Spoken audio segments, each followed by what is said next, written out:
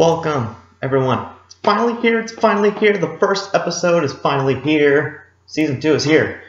So, as you guys know, I always do updates in regards to Robots in Disguise.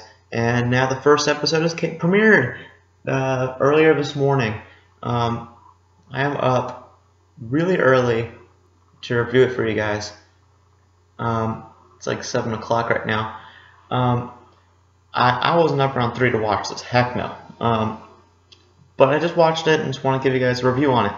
And I would have done a reaction to it, but like I've mentioned on some of my other reaction videos, do a reaction to a TV show takes a lot of editing and a lot of time, so I don't know. This Robots in Disguise episodes are like typically like 20 minutes long, so maybe I'll do reactions to them. Who knows? Maybe, we'll see. But not this one. So, this week's episode is called Overloaded Part 1, and it's the first episode of Season 2. And, first off, was the episode good? It was pretty good. I liked it. Between Season 1 and Season 2, I think that Season 2 had in my opinion, a little bit of a slack compared to the pilot episode, but I really did like the Season 2 start. I think it was pretty good. We get to see a lot of the main plot of this episode is really just capturing Decepticons and all that. But the other thing that was actually pretty cool is that you get to learn that Prime is more of an older figure on this team, which I'm glad that they're acknowledging that, hey, this guy's older. He's been more experienced than much others, and he has a lot more to offer to the team. And you also see my Cronus. I did not expect that. I did not expect to see my Cronus in this episode. I thought that after Season 1, we were going to be pretty much done with the Primes for like a little bit.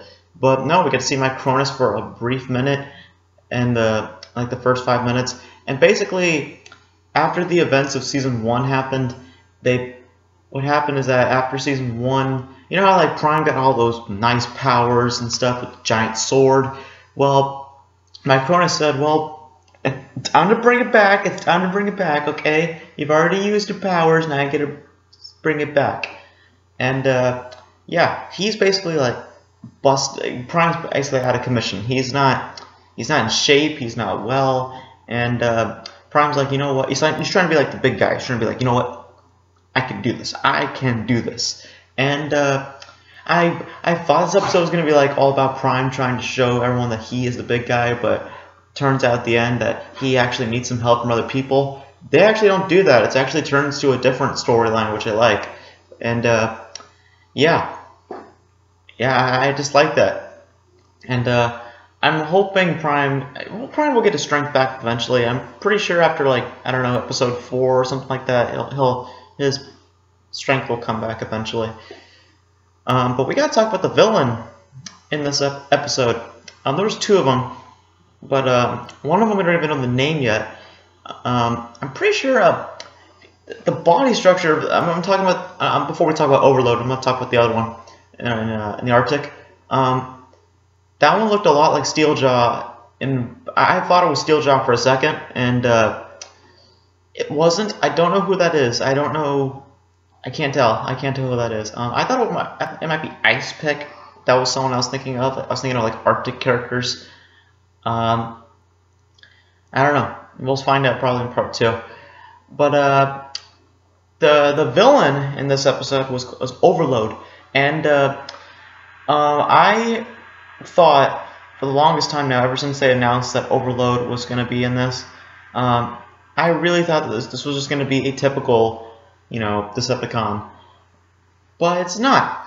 Apparently, Bee and Overload have some back history during the war, the Great War, and it's pretty interesting. And you also get to learn that remember that giant bot from that one episode in Season 1 where you get to see Prime training?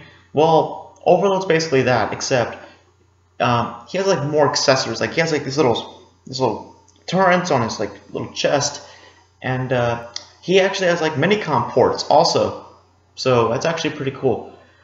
And we didn't even see him transform though, so it's a little unfortunate. But